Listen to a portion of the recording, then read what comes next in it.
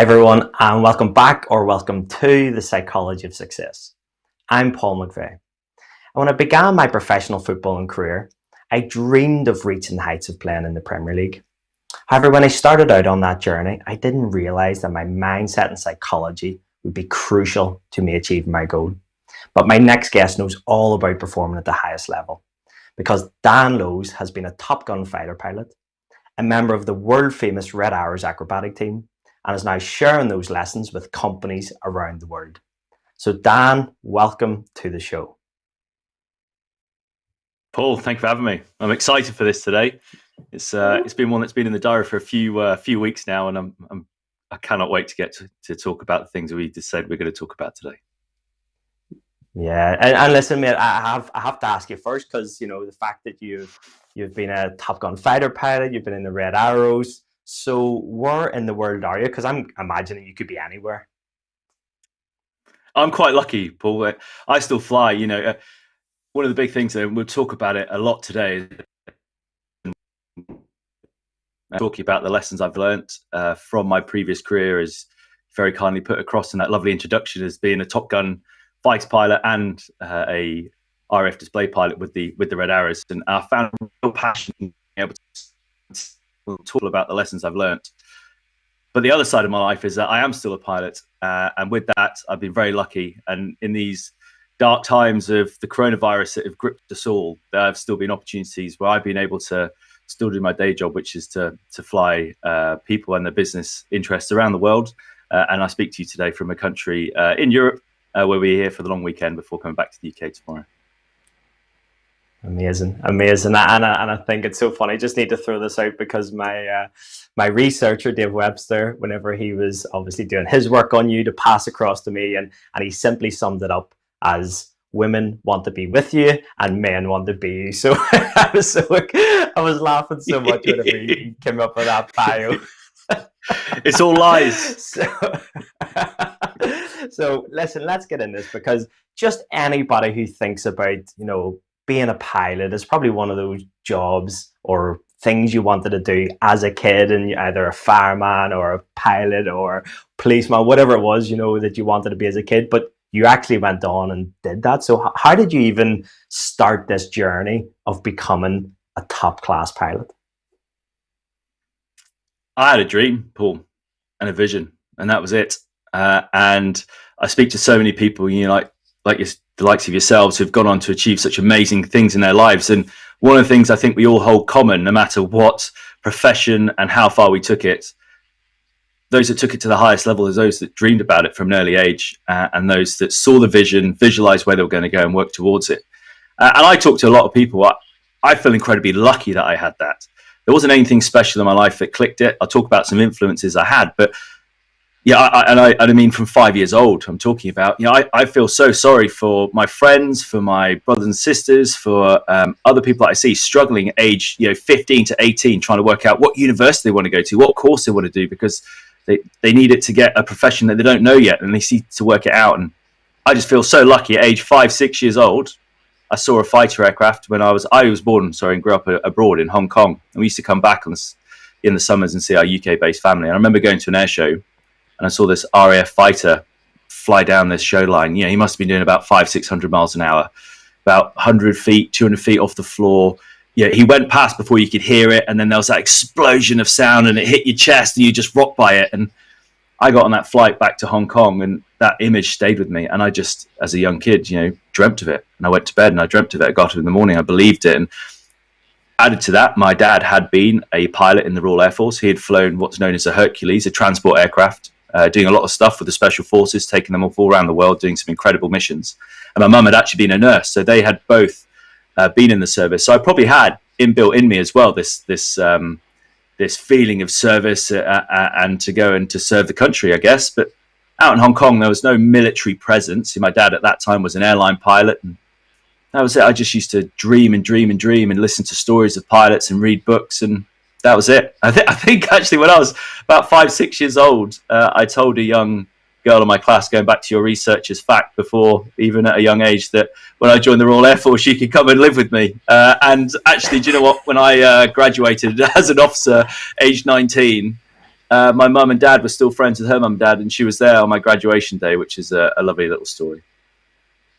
Yeah, no, really nice, and it's interesting you say that, because I really did want to start this off with, the way I would do with anyone, and to ask that question of what is the definition of success?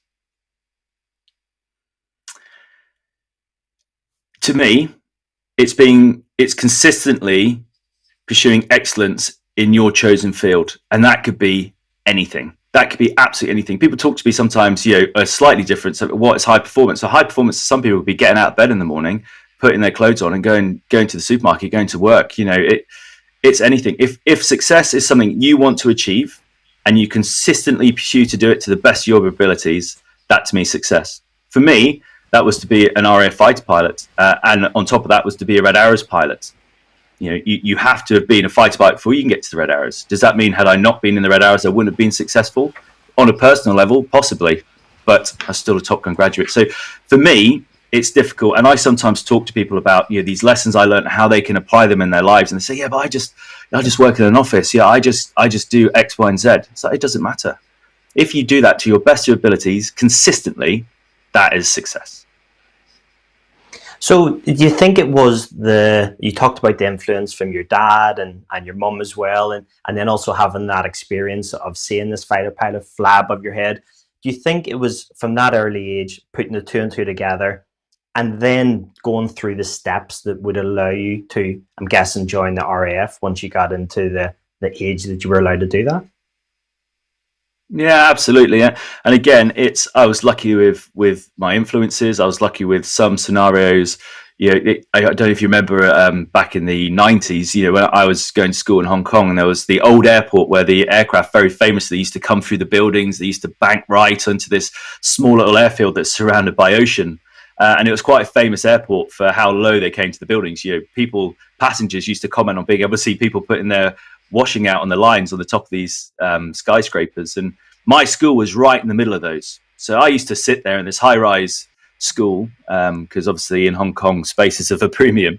And it used to be up on the 5th, 6th floor, and these aircraft used to come down one side of the school. They used to bank around. You'd lose sight of them out of one side of the window in the classroom. They'd bank around the back of the school, and then you'd see them landing out the right-hand window in the classroom. And I used to just daydream.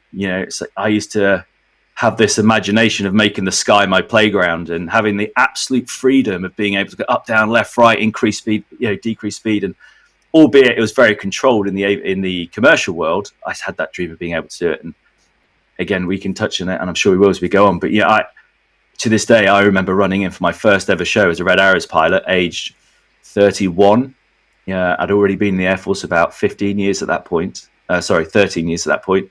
And I was having deja vu moments, because from such a young age of 10, 12 into my early teens, I was dreaming about and visualizing what it must be like in the cockpit, what the dials look like, what it must feel like. And then I realized where I wanted to do that. I just drew a line back and said, right, I'm 10 years old now. That means I need X amount of GCSEs. That means I need X amount of A levels. Do I need a degree? I don't know. So I rang the careers office and said, look, do I need to go to university? They said no. And so I took a big risk. And I decided not to go to university and join the Air Force at 19. Yeah, and see, that drive is clearly paramount to getting to where you were and what you've done in your career. But, I'm really interested in why people do what they've done, and what do you think that you had? Because you couldn't have been the only kid around the world who had this dream of wanting to be a Top Gun fighter pilot. I'm sure there were loads of kids. So what do you think that you did differently to the kids who wanted it but never actually achieved it? I made it a part of my life from a very early age, and I mean that in quite an odd way. There's something thinking about doing something and saying, "Oh, wouldn't it be great to be this?" But I mean, my conversations growing up were as if I was going to be there.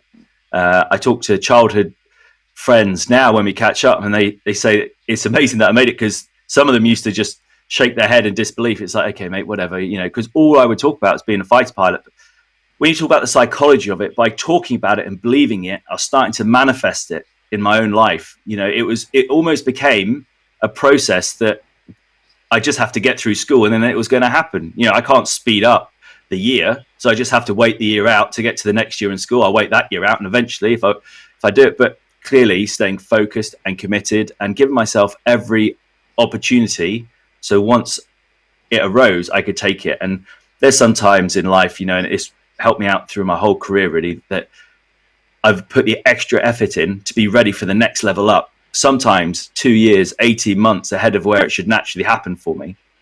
But by pure chance, for someone else's circumstance has changed or a situation has arisen where there's an opportunity, and because I've been ready for it, I've been able to grab it. And that happened, with the Air Force. I'll talk also, I actually failed to get in the first time. And so I talk a lot about succeeding through failure now, and the psychology behind picking yourself up from that. And that's how I ended up in the Top Gun school. There was 150 pilots, only 2 to 3 people get it a year. The budget changed this year and they took 4 people on. And I was the 4th person to get a shot at it. And had I not been prepared for it, I would have failed and never have been able to have achieved that level of status or that level of flying ability. But it probably would never have come around for me again. So it's all about believing it, talking about as if you're already there, and making sure you're prepared that should that opportunity come up, you're ready to snatch it with both hands. Well, let me just unpick this a little bit, because whenever you talk about manifesting and almost the manifestation of an idea, I think some people who could be listening to this might just think that's a bit weird. It's almost a little bit airy-fairy, it's a bit kind of ethereal. It's off somewhere in the clouds in the distance. What do you mean by that? Because I think I understand what you mean, but just for anyone who might think that that's a bit wishy-washy, what does manifest mean to you? Manifest means to me that you pick something that is important to you, a goal, an ambition, an aim, a relationship, whatever it may be, and you go out and you believe that it's going to be successful for you, you're going to achieve it. You can see yourself in that role. Now, through reading certain literature, there's things that I vibe with, and so with that manifestation needs to align with it. So, for example, does that idea that you want to go to align with your values? What values do you have? Because it's all well and good saying, if I want to have X amount of money in the bank, the best way to do that might have been to go and be an investment banker. Or, if I wanted to go and see the world, the best way to do that might have been to train as, crew on a private yacht. But those weren't within my values. They would never have happened for me. So if I believed and thought about that truly, it probably wouldn't have happened. So align with my beliefs and my manifestations. They align with my values. They were aligned with my interests, my strengths. My interest being, I live and breathe aviation.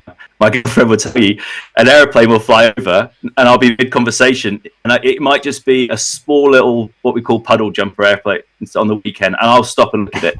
It might be the same helicopter that's flown past 2 or 3 times. I'll stop and look at it because I love it. It's in my blood. I love aviation. It's something I'm incredibly interested in, and it's given me everything I've got. So I aligned my beliefs and I aligned my goals with my interests. And then with my strengths, I like leading people. I love being a leader.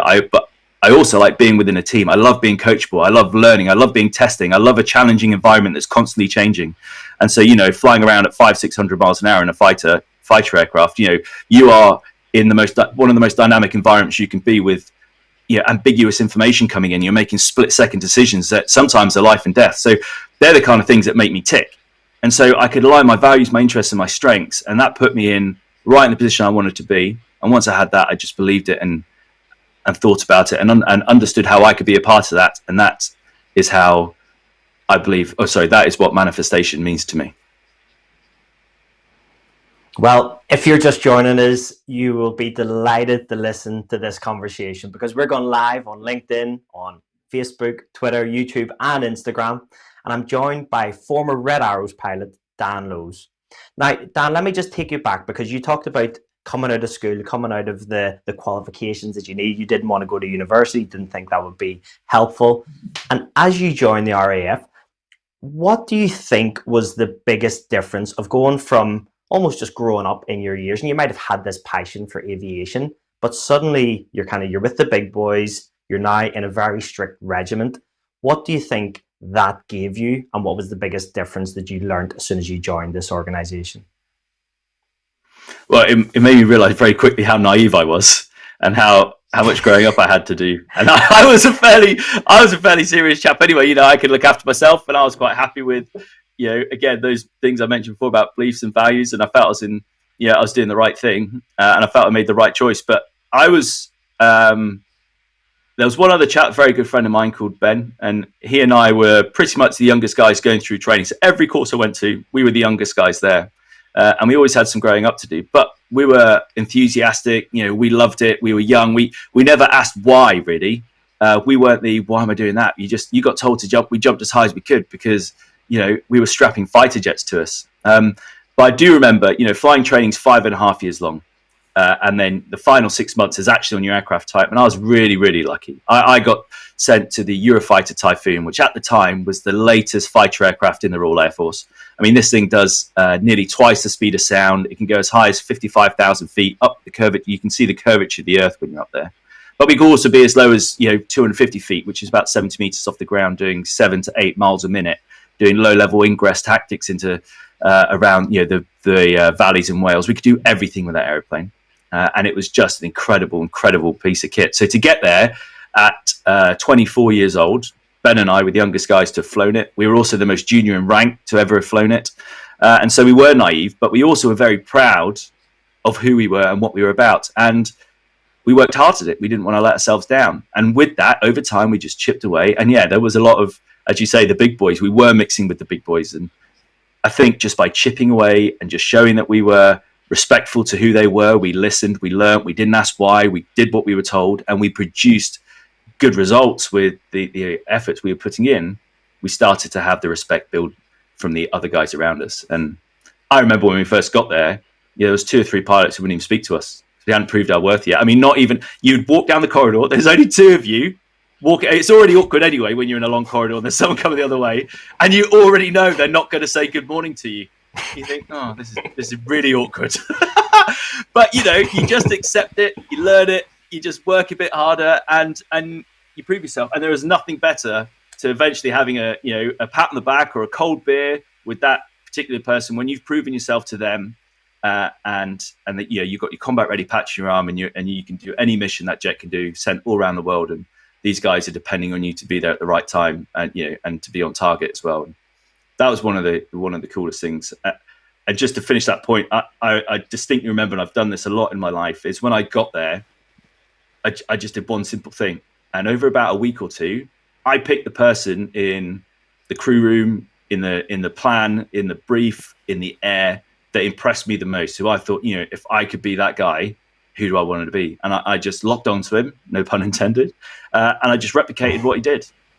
And that over time worked out, because by replicating who I thought the best person in the room was and doing what they did, that eventually came through in my own work. That's really interesting you say that, because I have my own experience of that, and you actually were within touching distance of the person that you were locking onto. For me, it was as another footballer, but it was Gianfranco Zola, who was playing for Chelsea at the time. And I just wanted to go and try and find out anything I could about him, learn as much as I could. So I actually went and got in touch with his agent, offered to take him out for lunch after his training one day. I went down and met him just so I could learn from this master, this one of the best players in the Premier League. And interesting, you're doing the exact same thing with the best pilot in the squad at the time. And so probably this has got a couple of lessons for us about how, success leaves clues. You don't have to reinvent the wheel, because you just need to copy what someone else is doing, because they've already shown you the path to success. And absolutely, and just, I mean, I can't compete with taking Zola out for lunch. That's an incredible story. I should be asking you the questions, not the other way around. But it is true. But then you have to put your own stamp on things. I think it's very important that, albeit, I was in, and I'm sure it's very similar in elite sports. I was in a military unit. There's not too much room for, stepping outside of it. You are there to be a member of a squad that has combined aims, combined goals, and it's your job to be as good as you can be personally, but for the greater good of the team. And that manifests itself for me mainly in the Red Arrows, albeit there we were a number, not a name. So you could never really be bigger than the team, because no one knew who you were apart from a number, which was great, because we would go out there and we would just make ourselves as good as we could because we wanted to be the best team in the world. That was our number one aim ever. But going back to being on the squadron, I think it's true. You pick the best, you go after them, but then slowly as you learn, then you can put your style on it without being too robotic about it, about being too hard over on something. Again, I mentioned it before, align it with your own values, your own interests, your own strengths, but chase the best, because as you say, sometimes it's not, even though we are messing around with fighter jets, it's not rocket science.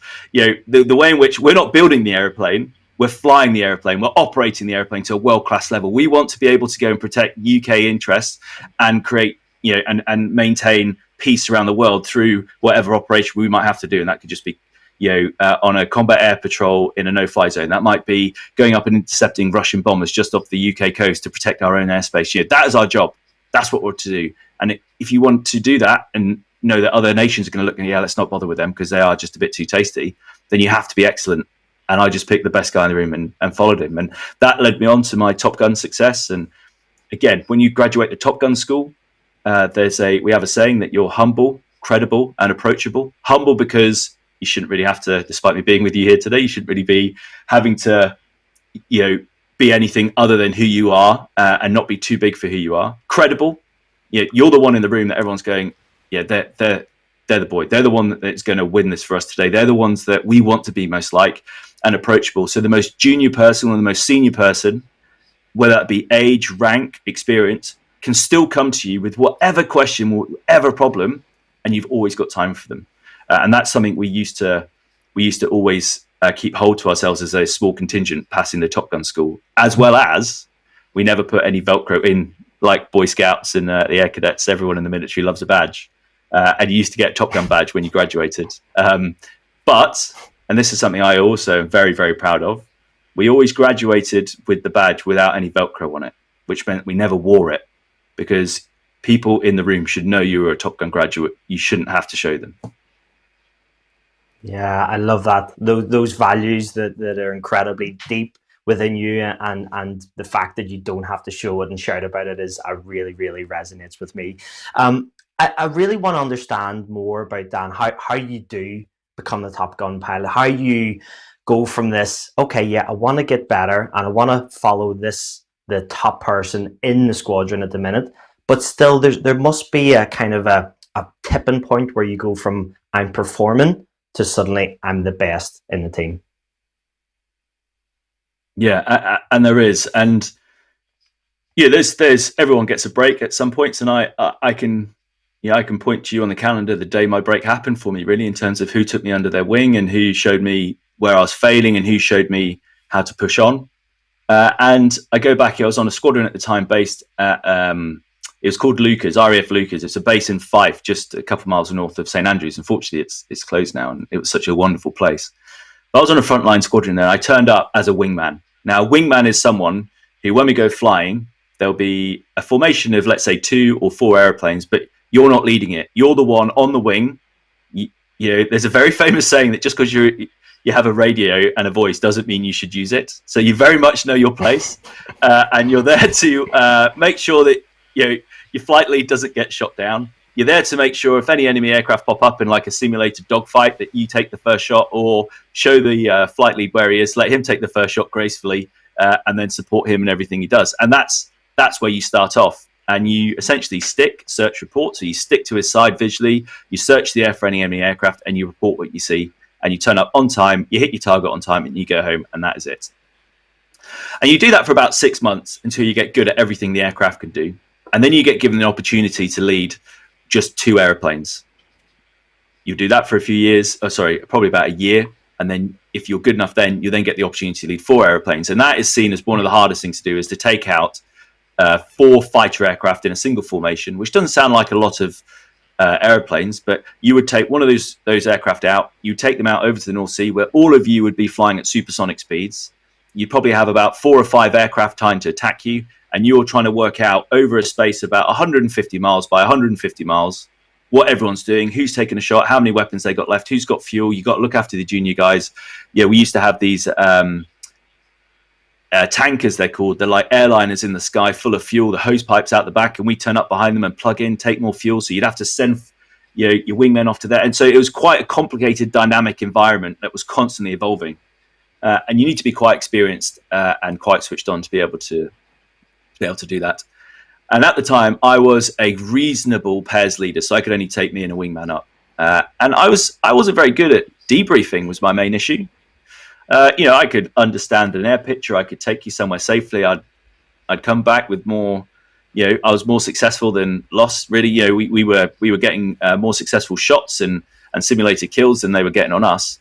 But when I come down, I just couldn't really piece it all back together again. I wasn't really drawing out, albeit I could talk you through it conographically or how do I say that word, Paul? Help me out. Do you think I know anything about aviation, Tan? Chronologically. There we go. Thank you. And I could tell you what happened, but I couldn't tell you, well, what can make us better? I'll go, oh yeah, we could do that better next day. But how? Why? What happened? Why did it happen? How do we fix it? And I just couldn't really do. I could come up with some stuff to get myself through, but it wasn't really going to take anyone to the next level. I remember a chap at the time was an ex-Red Arrow. He'd finished in the Red Arrows and he'd come back to the team. He was a flight commander. And to me, he was a god, because my dream was to be in the Reds. If I ever got the shot and to take it and go for the Reds, I would, but I hadn't had enough experience with the rest. And this guy had done it. And he just took me aside. He's like, look, you're getting it all wrong. Come on, let's do this. And it was the most painful month of my life in terms of just time I had to give up. And we would just come down from every trip. Even other formations would come down and he would make me go in and debrief them. And I'd stand up in front of 2-4 frontline fighter pilots and try and rebuild their errors for them and tell them how they could get better. And you can imagine the egos that are flying around, let alone little old me at the front going bright red because I couldn't understand what they'd done wrong. And after about 2-3 months, I started to get it, and I started to really understand what we needed to do in the learning process. That when we stepped out the door next time, we were even better than the last time we took off. Because flying airplanes is expensive. There is no way you want to take off and burn a lot of money to make the same errors. It was just ridiculous. Anyway, he taught me. He committed his time to me. I committed the effort back. And from that, I got this opportunity to become a force leader, which is the highest qualification you can get on a squadron. I got that in 3.5 years, which is a fairly quick time on a squadron to get it. And it was because I was a force leader. As I say, they then opened the Top Gun school to 4 people, of which one of the minimum qualifications at the time was to be a force leader. And I got the shot, and I got a phone call saying you're in, and away I went to Top Gun. Wow, this is just absolutely fascinating. And if you are joining us and you've just joined us, we're going live on LinkedIn, on Twitter, Facebook, YouTube, and Instagram. And I'm joined today with Red Arrows pilot Dan Lowes. He's just talking about how he's just qualified from the Top Gun school. And Dan, this means you've suddenly got this opportunity to now join the Red Arrows. So did you get in first time? No. And Paul, if I was to strip a few of the stories back, I didn't get in the Air Force first time. I failed a couple of trips on every training course I ever did. It's not a claim to fame, but I guess it is, but it's a bitter one. I was the first person to fail a particular ride on the Typhoon. It had never been failed before. I mean, it is pretty embarrassing. And at the time, you try and hide from these things. But I look back, and this is something that really held me in good regard for my Red Arrow selection, is that because I'd failed so much, I'd learned to deal with failure. I understood how I performed in the few seconds, moments, hours, days after failure, and that awful. You just know that moment where your heart sinks into your belly and and your throat is tight and you can't sleep, you can't concentrate on the drive home. The conversations with your loved ones are just dead-ended because you're just not in the room. And I learned to deal with that. I learned to compartmentalize. I learned to sit down, readjust, and move on. And it was when I started doing that, I realized that I was so much better the seconds, the minutes, the days after I had failed. So much better than if I'd accidentally passed it in the first place or chanced to pass a pass in the first place. So it meant I no longer feared failure. It didn't mean I'm frustrated by failure. I'm incredibly frustrated by failure, but I don't fear it. And so when I finally had the opportunity, I just did 3 years as it's called a qualified weapon instructor, but that's we call it the Qualified Weapons Instructor School because we're British, but that is the Top Gun equivalent. And so I just finished that. I'd done 3 years as a Top Gun grad on a test squadron, and I finally had the hours, the correct reports from my senior officers, and the opportunity to apply. And so I did. And you can tell where this is going. I went off to their training camp for the week selection, came back, and I got a phone call saying that I'm really sorry, but it's not going to happen for you this year, at least. I was like, okay, fine. That's hard to take. I understand it, but I'll come again. Now, when you apply for the Red Arrows, if you fail, you have to wait a full calendar year before you can apply again. And that was quite difficult because I felt like at times I was putting my life on hold, or I was living on pause and just counting the months down. I'd wake up some days and go, okay, driving to work on a Monday morning, I've got these things to do this week. These things to do today, these things I'd like to achieve at the end of this week. These are the things that come up the next month. And oh, by the way, it's only 8 months till I can apply again. That was my daily thought. Anyway, I got another shot a year later. And this time, for circumstances outside of my control, I was removed from the process because I was required to still fly my airplane because of an issue with how many people had a Top Gun qualification on the force, how much experience they need, all the rest of it, and they couldn't afford to let me go, which in some ways is an honor. However, I'd lived my whole life for this moment, and I wasn't even allowed to turn up to the interview. And so I thought, right, I'm done here. But something was burning inside of me. So look, all those lessons you have learnt, all those dreams, all those aims, those hours that you've strapped to the cockpit. We talk about the 10,000 hour rule. Now, I don't have 10,000 hours flying, but I could tell you I've got 10,000 hours of being around airplanes, preparing them, briefing them, flying them, debriefing them, going through hours and hours of tapes and discussions about tactics and all the rest of it. So I felt like I'd done so much not to be given the shot. And so that was bitterly disappointing. And I thought, right, one more chance, just give it one more year. Same process, put it all on pause, but believed it, lived it. What was really frustrating is that the Red Arrows are actually based about 8 miles from my house at the time. So if I had a late start some days, they'd be out flying and it would just be so painful. But also a lovely reminder that it's something I really, really, really, really, really wanted to achieve. And so, I went for the third time. And here's another thing, a few more lessons I learned. I went there thinking this is my last shot, personally. I could probably keep knocking on the door for 5-6 years, but how long can I put my own life on hold for? And so I thought, you know what else is good? And I started to broaden my view, that growth mindset. What else would I like to achieve? What else, if this doesn't work out, albeit let's take my eye off the prize for a second, are there other things I could fall back on? I started to plan other things here and there. And what that meant is when I went into the process, I was so relaxed. And I don't mean that in a disrespectful way to the process, because this is your one chance. You get 4 days to prove to the team that you should be a Red Arrows pilot. And that's both socially, that's in a flying test, that's in a formal interview. And I just thought, no, I'm just going to go. And because I was more relaxed than I had been previously, I was myself. So those conversations flowed naturally with the guys who are in the team. I didn't speak in questions and just bug them with, oh, how's your day? How's all this? It was just open, honest questions. I spoke when I needed to speak. I didn't overspeak, answered questions diligently, but truthfully, I didn't play any kind of game. And it worked out for me. And I was incredibly, incredibly lucky. And I was selected in 2016 to go and join the team. It's a great lesson, I think, for anybody, Dan, that just when you are so focused, when you're so hungry and driven, and you've got that desire to achieve a goal, what you can do. But I suppose I'm kind of sitting here thinking, but you're already a Top Gun fighter pilot. You say you're flying the Typhoons, the best aircraft, in the whole army and air forces, and you're thinking, well, why do you need to go to the Red Arrows? Why was it so important to join this team? Because it was my dream. That's what I'd wanted to do. I can show you pictures of me aged 10 years old that my mum was taking me, staring up at these guys flying airplanes. These guys to me were the best. These guys epitomized excellence. I mean, they wear a clat on their badge, one that you do put on with Velcro. And because excellence is something you can always pursue but never achieve. And that's how they lived. And I just love the fact that anytime you met them, they were, again, what I mentioned about humble, credible, approachable. Yet every single person in that team, every single person, I'm not just talking about the pilots, I'm talking about the manager, I'm talking about the support staff. You talk about background staff, or background staff in the Red Arrows is 130 engineers who make sure the engines are safe, who make sure that the wheels come up and down, to make sure the avionics are working for the pilot, to make sure that everything on the aircraft is safe for it to go and display hundreds of thousands of people throughout the summer. But everyone turns up. I mean, everyone turns up with one aim. That is to be the best aerobatic team in the world, bar none.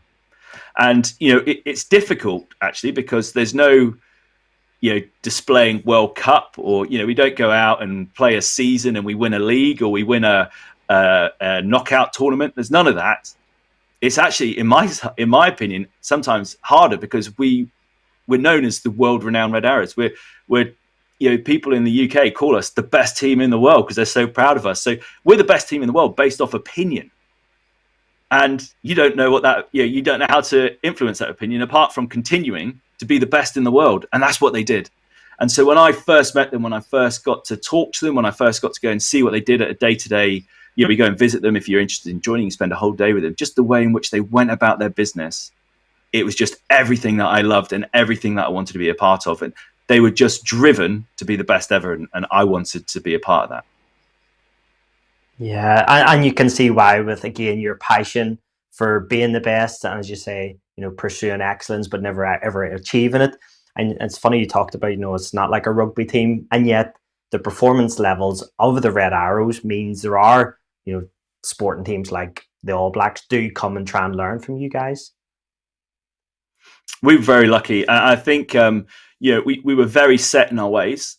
I think sometimes that has to happen. We were quite rigid. You did turn up on time. If you didn't turn up on time, I'm talking even if you're a minute late, you got fined. Not much. It was about £1 for every minute you were late. But you turned up 5 minutes late. There's £5 in the pot.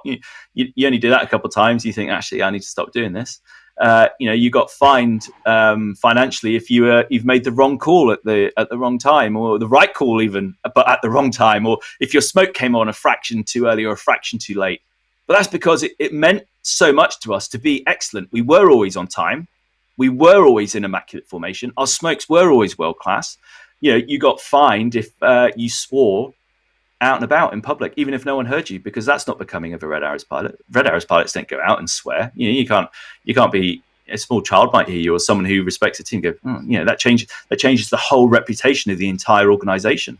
All right, we'd probably, if we get a bit heated in a debrief, it was just us. Yeah, of course we do. We're all gents doing a job that at times is very stressful, but they're the standards and the values and the beliefs that we had, and that created the culture for success. And I think because of that, we had a very strong identity. So lots of businesses, top coaches would come and watch. And I think the main thing they took away from it, despite clearly it's quite hard to take away working 7 to 11 feet from each other, doing 450 miles an hour, 300 feet off the ground. That is dynamic. So they could probably take a lot of lessons of how a team worked in a dynamic environment. What they tended to enjoy was our debriefing process. And again, something that, because of the time and the investment I had been taught by a previous Red Arrows pilot that got me into the Top Gun school those years ago, I reveled in the debrief. I loved it. I thought it was so important. We would have a set room. And, Paul, if it was you and I, it'd be, we'd come out the trip, we'd go upstairs, probably get a cup of coffee or a glass of water, and we go, oh, yeah, how did that go for you? Bit of banter, just kind of decompress. But as we always go into the same room, or we'd be in a set location. And the second we were in that debriefing environment, it wouldn't be Dan and Paul anymore. Let's say you were 3, it would be 3 and 9. We now talk to each other in numbers. We talk to each other in positions, because we took the personal side away from it and said, hey, Paul, that was awful. Or Dan, what on earth were you doing there? It's like 9, you weren't quite on it there. Or 3, you probably could have been a bit sharper there, a bit slow, needed to tighten it up. And so we took that personal edge off it, which meant that instantly people were more receptive and open to taking those debrief points on. And we did it also in a set way. We'd let each individual debrief what they saw first before anyone else debriefed them. Because we could come down, I could have been going, oh my God, Paul had a shocker there. And likely it was more likely that you would have come down and said, oh my God, Dan's awful, how's he here? But then I would explain to you, actually, I was trying the whole time with, I was, my strap was, or, my radio wasn't working properly. I had loads of crackling, or, actually I was sweating. So I was sweating my eyes off a loop. So and actually go, what I perceive to be a poor performance from my area, actually, you've done an incredible job just to even be there. So he gave everyone the opportunity to give their working environment and their, not excuses, because, an excuse is invalid, really. It's unless it's, time critical, safety critical, and excuses just a reason as to why you didn't perform that day. But we gave people the opportunity to see how they saw it first. Then we'd break it down, and then we debrief. And that is something that a lot of high performance teams or elite teams or people or high performers in general were most intrigued with when they came and viewed our entire process.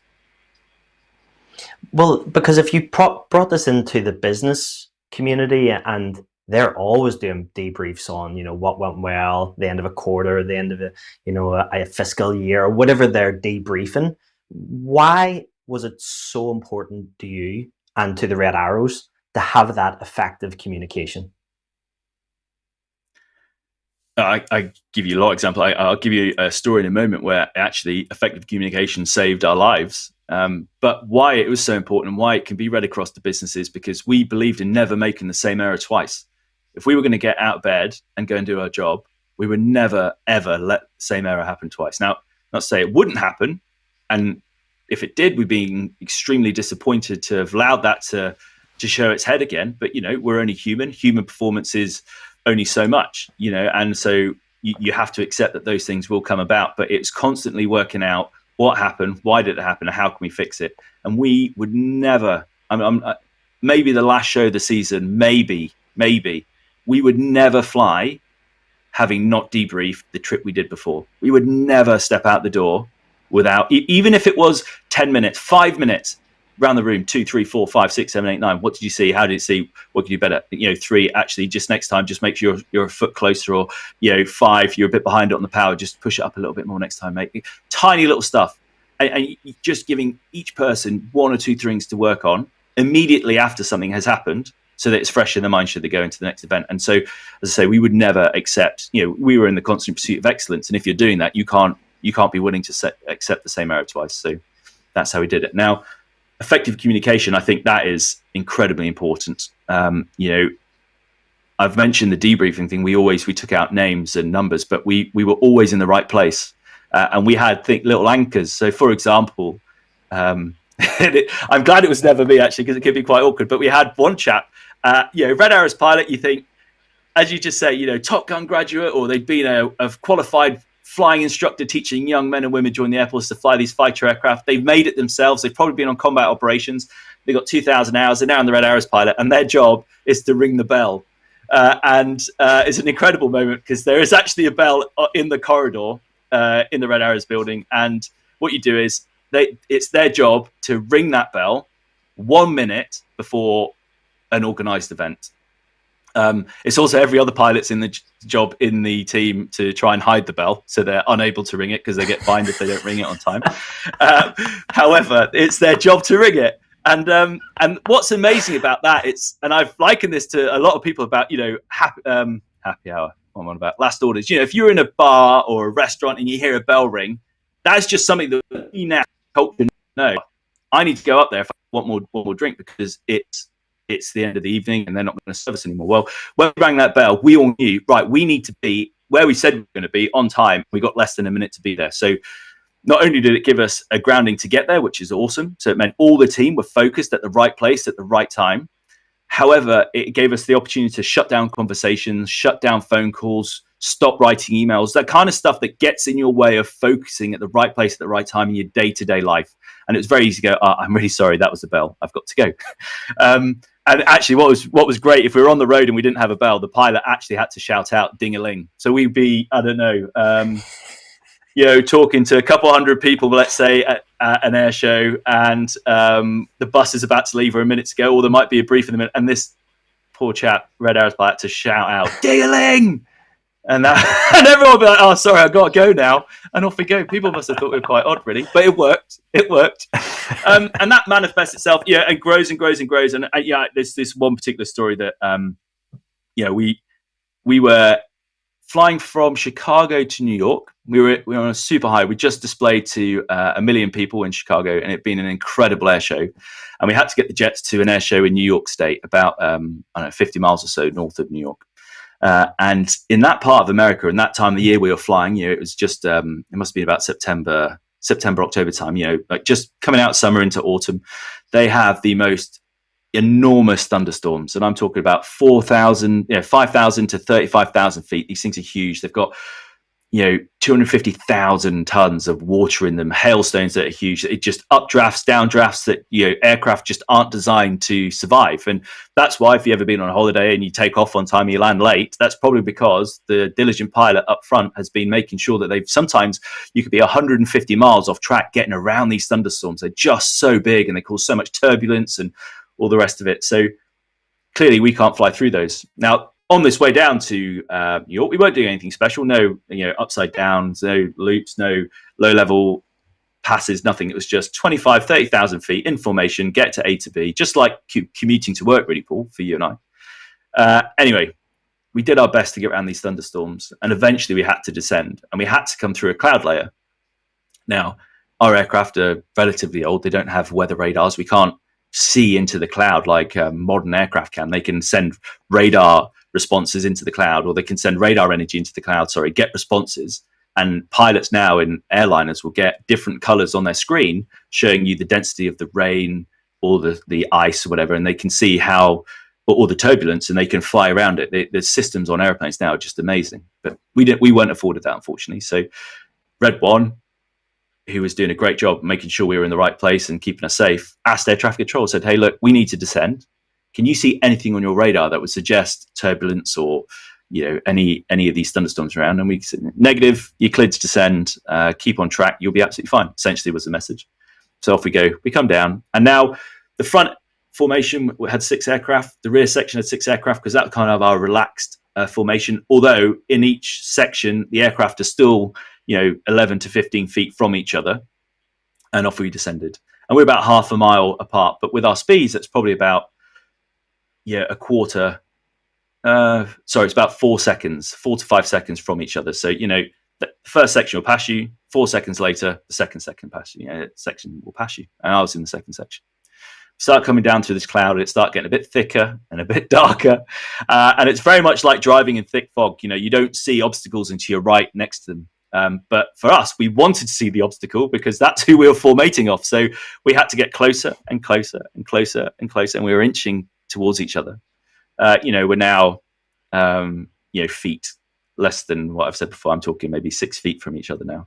Sometimes maybe a bit closer if we were getting a bit, but that you're on the limit of being safe now. So you don't want to go any closer because the room for error now is essentially zero. Anyway, we tighten up, just straining to see the aircraft inside of us. Now, before we went to this cloud, I could see an aircraft that was 3 aircraft away from me on the right-hand side, but now I could only see half the wing of the aircraft that was immediately next to me. And the turbulence started.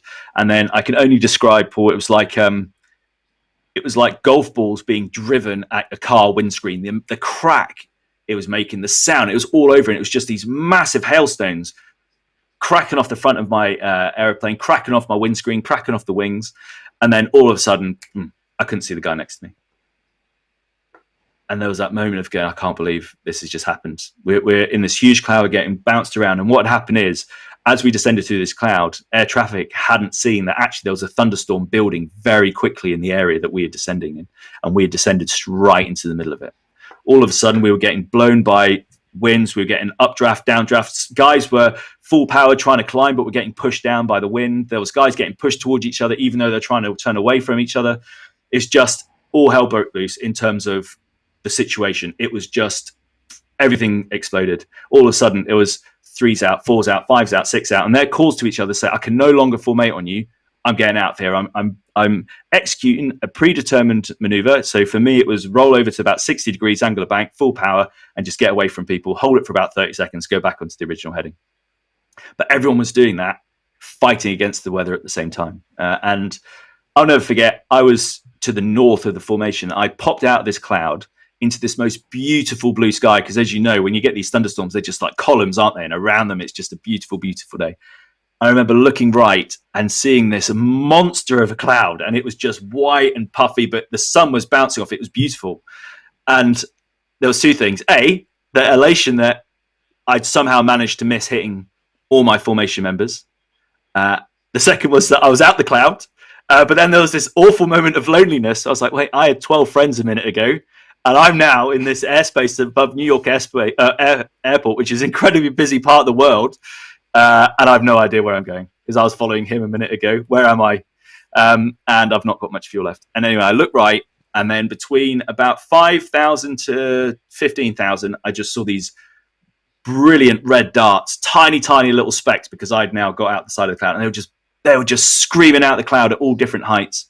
And I talk about effective communication saving my life there, because all of a sudden it was number 8, Chris Linden Smith went, number 8 is level at 9,000 feet, which then meant I said, 9's level, 10,000 feet. And then we started it, just quick, concise, and correct information being passed. Not like, oh my God, this is, just I cannot tell you now, like my brain had almost like my heart was racing.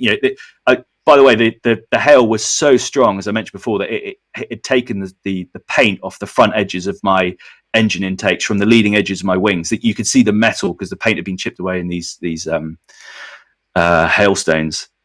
And all of a sudden, through clear, calm, and effective communication, we'd all got ourselves split in altitude. And the importance of that is because if I'm at 8,000 and he's at 9,000, we can't hit each other, even if we're underneath each other, because we're separated in height. And we very quickly sorted that all out, popped out this cloud. It's like, right, 6, put your smoke on. So we could all now see who 6 was. Okay, 8, put your smoke on. And because we'd all gone at different power settings, we'd overtaken each other. I mean, it was a mess. And we only had a couple of 100 kilos of fuel left, which is not very much for an aeroplane. But through that, not only had we got ourselves away from each other, within 2.5 minutes, we were all back together. And within 6 minutes, we'd landed safely in New York, albeit very white. We'd lost all our tans, and we didn't really speak to each other for about 10 minutes until we all calmed down and got into our suitcase and changed our underpants. But that was a moment there that had saved our lives. But that doesn't happen by accident. That's happened because, as I mentioned, all those little things about, the silly thing about ringing a bell, that's effective communication, to make sure you're in the right place at the right time to receive information. So we talk about briefs. So should these things go wrong, we act like that. And that's because we had an aim. That's because with our aim, we clearly had values, and we set ourselves behaviors that we could self-police. And that's how we ended up having a culture that created that kind of environment. Well, I've definitely got my heart racing listening after that story. And if you're joining us for the last 10 minutes of the show, I'm here with former Top Gun pilot, Red Arrows pilot, and now speaks with companies all over the world. It's Dan Lowes. Dan, you're just talking about effective communication, but there must be so many other lessons that you share with companies and businesses and organizations when you go in to speak with them these days. Yeah, and what I've learned with 17 years in military aviation, I just so passionate about not just closing that book on that chapter in my life and talking about the one time I used to fly airplanes and tell great stories of flying. There's so much more to that. I talk about team selection, and that comes from, I eventually ended up as the executive officer of the Red Arrows, and albeit not the only one, the whole team helped select the individuals that they want to come and join them. But within that, I had the honor of conducting the flying test for those coming in. So I talk about who's right for the team, because there is no way, albeit we did like to think so at times, there's no way that the 9 pilots in the Red Arrows are the best pilots in the Royal Air Force. That is a fact. I have flown with frontline fighter pilots who were leagues ahead of me in everything they did. And I constantly strive to be like them, but I wasn't. However, they might not have been right for the team. That team had, as I mentioned before, the aim of being the best in the world, but they're also ambassadors for the Royal Air Force. They're ambassadors for the armed forces. But more importantly, and quite often now, annually, they go on big tours around the world. So they're ambassadors for the United Kingdom and what Great Britain stands for at times. They sponsor the GREAT campaign a lot. So they might not all be the best, but they're the best team. They're the best selection of individuals that form an effective output. So I talk a lot about that. I talk about, preparing, briefing, making sure that everyone in that room knows exactly what they're off to do when they need to do it. We can talk about execution quite a bit. Sometimes it's quite hard, to talk about execution. People seem to switch off. They go, well, I've never been fighter pilot or an arrow, but that's not what I'm here to talk about. I'm here to talk about how you can get that extra 1%, how you can de-escalate risk, how you can take stress out of your life, how you can understand one's performance, whether it be your sleep pattern, whether it be you take yourself away for 5-10 minutes and do some breath work, or prepare yourself mentally before you make that big decision and walk into that big meeting. It's all about being ready to execute. And then I love talk about communication. And for me, because I I made it to where I am because of the biggest area I had to work on. That is debriefing, the skill of debriefing, the art of debriefing, and pulling out those lessons so that when you walk onto the stage, and I mean that in terms of strapping into a car, walking into a business office or an office or a business meeting, strapping into a fighter jet, you are ready to perform at that moment, and you've learned all the lessons that you've unfortunately fallen foul of up until that point. Yeah, and I think a lot of us, we would have got to a certain level in our career because of the lessons we have learned from those failures. And I think the teamwork that you talk about there, we talked about it earlier, sports coaches, business leaders, people want to come and learn from you as the team. And can you give us an example of why the team is the most important? I know you said about you don't have names within the debriefing part of you flying, but what is it about the team essence within the Red Arrows that makes it so special? Well, here it is, and you can strip it back right from what it really is. The Red Arrows is 9 airplanes in formation flying at an air show. And that's what people love. When you're driving down the motorway and the Red Arrows might be on the way to the show, people see these 9 red darts flashing through the sky, and their heart skips a beat. It incorporates, when people say, "Oh, tell me about United Kingdom," sometimes people will say the Queen, Big Ben, buses, Red Arrows. It's synonymous with the identity of our nation, but it's the team. When they fly, it's 9 jets. It's not 9 men or women in the jets. It's the 9 jets, and that's why it's incredibly important. So it doesn't matter that you happen to fly it, because you could fix them. People aren't there to watch Dan Lowe's fly a Red Arrows display. They're there to make sure that 9 aircraft all look symmetrical, all turn up on time, all are doing these daring maneuvers that are quite dynamic, and people's hearts are in their mouth, but people are proud. When the Red Arrows leave, you hear people crying after a display. You hear people who have been there. Now, I'm looking forward to seeing it this summer. The Red Arrows are back in the UK. Hopefully, now that coronavirus is relaxing, the rules are relaxing. Please go out and watch them, because I can't wait. I've not seen the team display for 4 years because I was in it, and I'm looking forward to actually going and watch, because I want to see again the looks on people's faces. I want to see people are silent when they're displaying. People are looking up to them. People are seeing the team and going, well, if they can do it, I might want to be a doctor. I might want to be a cleaner. I might want to work in a particular industry. I'm going to go off and be the best I can be and be an effective member of a high-performing team. I don't want to be, Dan Lowe's, for example, because he's just a small part of that. They didn't even know I was in it. And that's why I think it's incredibly important. And that's why it's not about the 9 guys flying it. It encompasses 130 people behind it who get it. It's all about seeing 9 airplanes in the sky. And I think that was the most important thing for me. And that's why the team is most important. Yeah, and I love that. For me, it's always been about the team. The individual part of it is only one aspect, but it's always the team for me. And you alluded to it there, that you're now no longer an active member of the Red Arrows team. And so I suppose I want to ask you these last couple of questions just to try and wrap up today, which is absolutely flown by the way. So through this unbelievably successful career, the type of career that so many people would love to have had, has there been a price to your success, Dan? Yeah, I think there has in some areas. I've got a lovely family that I'm very close to. I've got a lovely girlfriend, but I'm 36. Sorry, I turned 36 last week. I need to get that in my head. I'm not married. There have been relationships that I think probably could have, developed in a much more healthy manner, or I probably could have ended up buying property in parts of the country I most wanted to live in, or I could have stayed closer to my friends. As I say, I was born abroad, but I grew up in Surrey when I moved back to the UK. And I spent most of my military career either in Scotland or Lincolnshire. So I've lost a lot of childhood friends, and there were portions of my life I see my family was a real planning exercise to go see them. So sometimes you wouldn't see them for months on end, or as I say, some important relationships went by. But that's because it was quite selfish. It was about me. My dream, it was about me and the jet. My dream was to be a fighter pilot, and I loved it. And should there be an opportunity to take the jet abroad, big exercise in North America, or going to work with the Indian Air Force, or going out and supporting the Malaysian Air Force in Malaysia, or going down to the Falkland Islands to do combat patrols there, or be on QRA, or whatever it was, or a big exercise out in the UAE, I'd always put my hand up. I always wanted to be on the team that went away, because I loved the airplane, and I wanted to make sure I got involved with everything. I didn't want to miss an opportunity. And, I wouldn't change it for the world because I loved it. I needed it. It sounds very cold, sounds very selfish, but in order to have made it to where I made it to, I had to do that. And I had to close some of those doors in order to look after myself first and get to where I wanted to go. Definitely understand that. And I think when you speak to any, whether it's a high level athlete, business leader, or anybody who's done anything of note, I think they do have that focus and just incredible drive, and clearly you're displaying that. So Dan, last question for you. At this stage of your life, having had the career you've had so far, at the point now where you're thinking, what is the definition of success for you in your life going forward? That's a brilliant question, Paul. I had a bit of an identity struggle about 18 months ago when I left the service, and I'd gone from, as I say, being the executive officer. We'd just gone and displayed all around the United States for 3.5 months.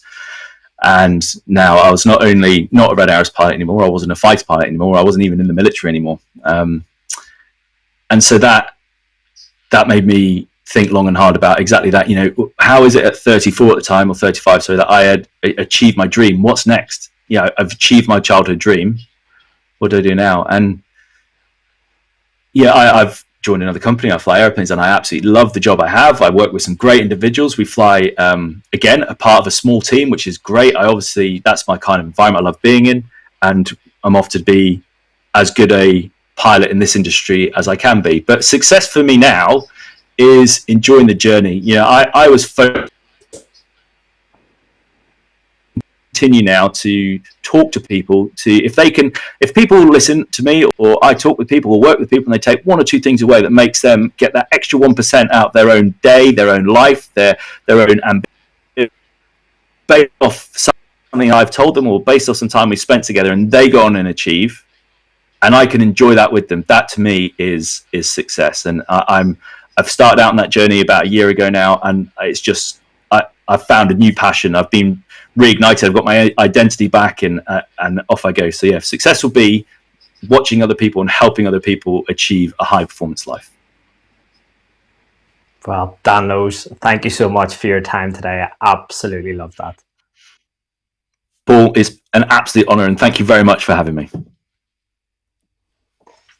Well, thanks to everybody for listening. And if you enjoyed that, hopefully you can join us next Monday, where I'm going to be speaking to former NBA player and psychologist John Amici. So that's next Monday at 2:30. Hope you can join us there.